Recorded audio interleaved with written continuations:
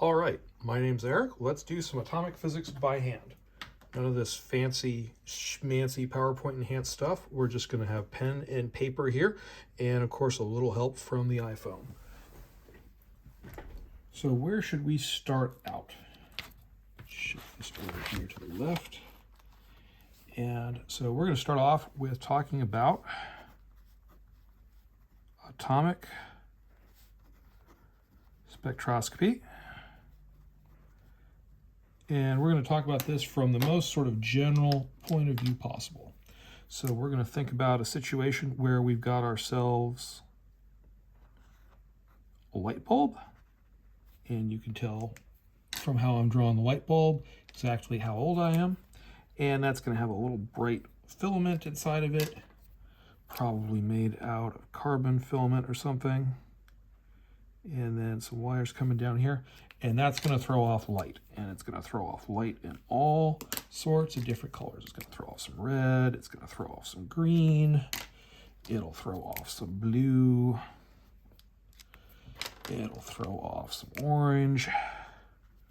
Get to use all the nice markers that a German postdoc once nicely bought for me. It'll throw off some yellow, but yellow shows up really horribly. And so we're going to have this light source, which is multiple wavelengths. And it's going to be a spectrum. So it's going to be smooth.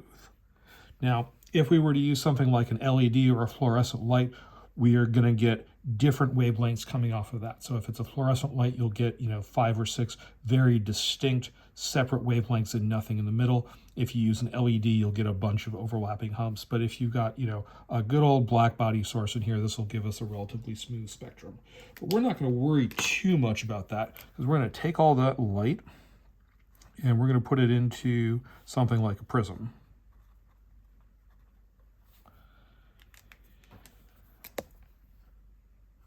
And we're going to have red, and that'll get bent a little bit. And then we'll have green will come in, and that'll get bent more. And then we'll have blue come in here, and that'll get bent a whole lot. And we'll put some sort of aperture here. And to make things simple, we're going to assume that after this aperture, we've got some sort of monochromatic light.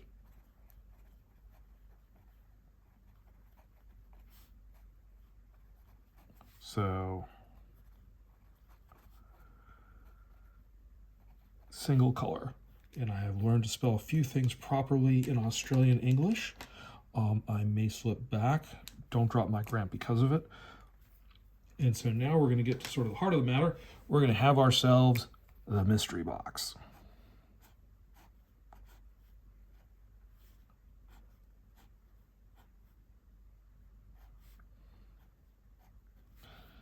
And we're going to send some of that green light through the mystery box, and some of it's going to come out, and we're going to have some kind of detector.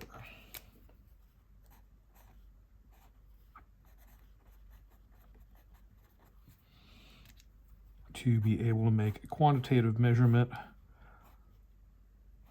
of what's come out. And this will have some things. So this might be a voltage or a current, or if it's a photodetector, it may be a series of pulses or something else. It may be warming something up if it's a thermal type detector. Anyway, for this example, it doesn't matter much. And this box is going to be doing something to the light. So we're going to have some incident intensity I naught and some resulting intensity I. And if we make some assumptions here,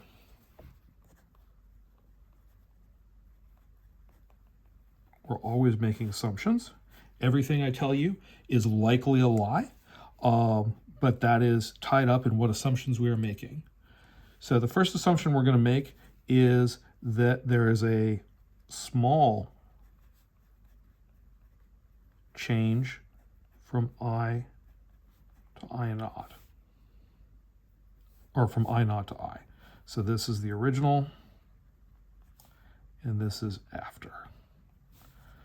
So the difference, di, which is, say, equal to I naught minus I, is small. So this means that we can hopefully ignore second order effects.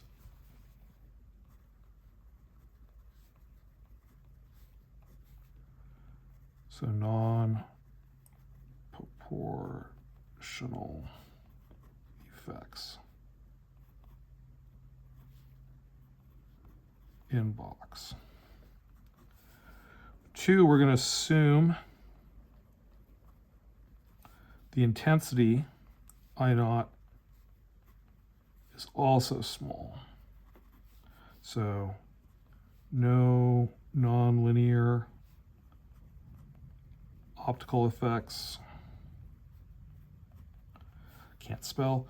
So no heating, etc. We'll get to a bunch of those later on, but now we're going for the simplest thing possible. So this means that we've got some absorption that's occurring inside of the box.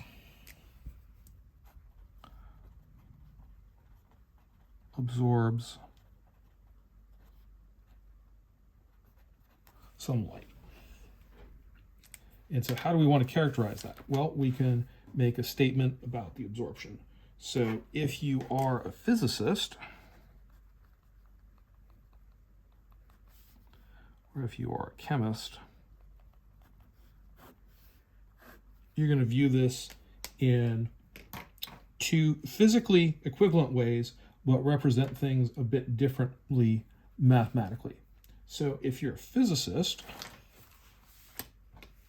you are going to say that the absorption is equal to the number density times the scattering cross-section as a function of wavelength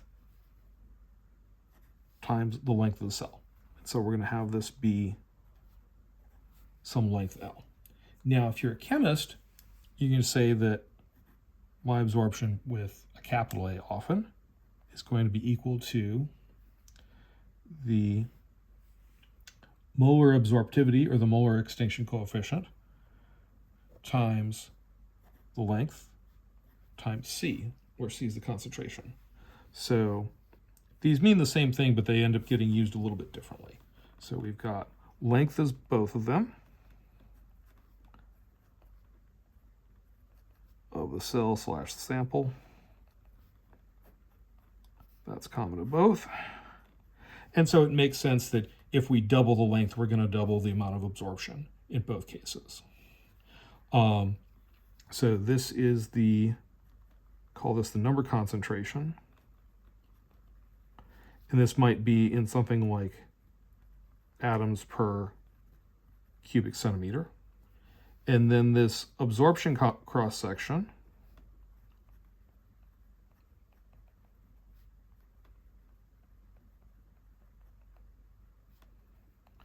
would be in something, say, like centimeters squared. So oftentimes in atomic physics, we will use CGS units, which I have a tendency to because I was brought up on them. There's nothing magical about CGS. There's nothing magical about SI. Don't tell the SI people that. They'll get very, very upset. So, and then length here, we would, likewise have in centimeters. And you'll notice that we've got atoms, we've got the absorption cross-section in terms of centimeters squared, we've got centimeters here, we've got per centimeters here. So that means that A is unitless. Now over here, instead, we've got the molar absorptivity,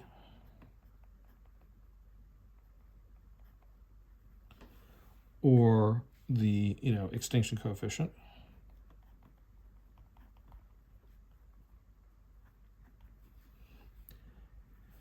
And that's going to be expressed in terms of, just checking my notes here so I don't screw up too badly.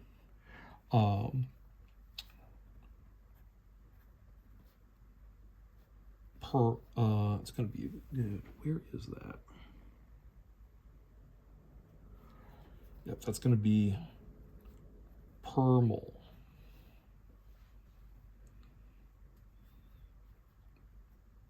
Per volume. Then we're going to have some length here, and then we're going to have some concentration. It's not going to be per volume. So that is going to be in terms of moles per liter. So that's moles per some length unit squared times some length unit squared. Probably so that liters will cancel out. We're not going to worry about that because we're not chemists. Other than you may find these values running around for chemists sometime. So the net result here is that if we're measuring the transmission, so we're measuring how much light got through, we're saying that transmission is I over I naught.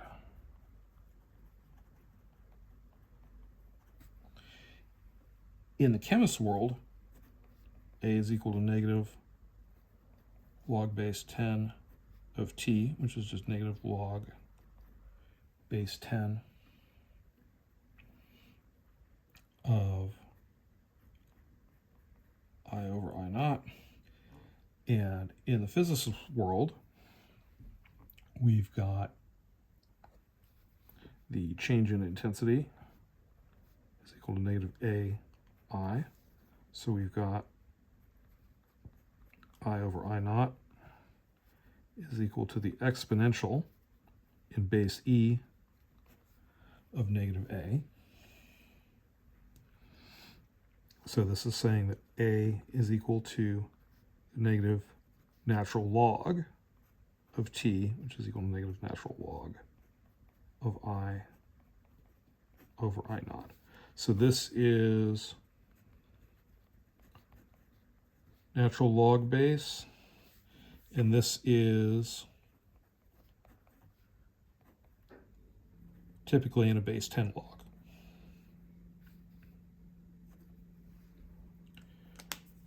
So the big thing here is that these things are physically equivalent, but mathematically they end up functioning a little bit different, and they're off by a scalar constant, which is dependent on the fact that you've got, the exponential here and you've got, 10x there.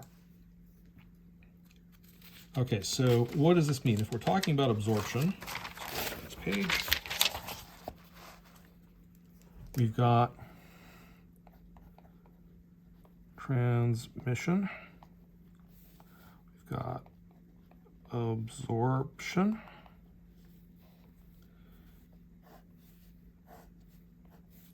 and the thing with base 10 is it makes some of these things quite easy. So if we've got 100%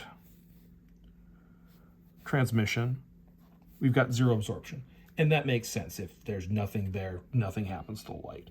And again, we'll go back to the absorption is equal to negative log 10 of T. Now, if instead we've got just 10% of the light getting through, we've got 0.1. So here we're taking, log base 10 of 0.1, which is equal to log base 10 of 10 to the negative 1. We have absorption of 1. And this is often called the optical density. So likewise, if we're,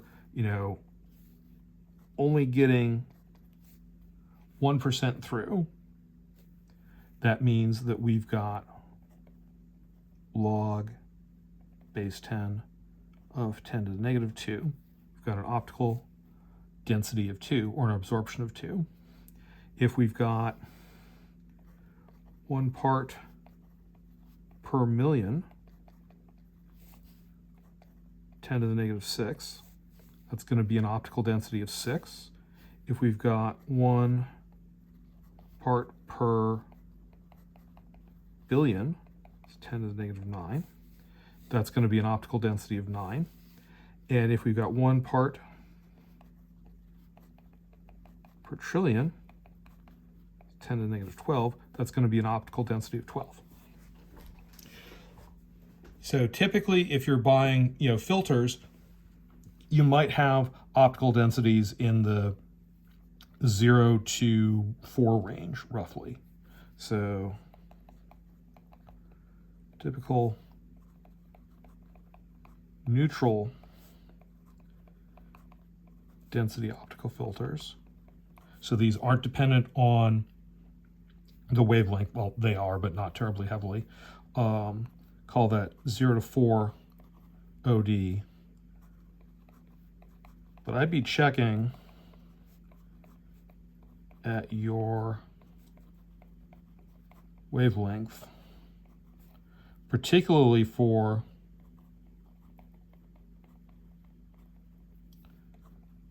things in the OD 3 to 4 range, because they can be much more strongly absorbing, particularly in the UV.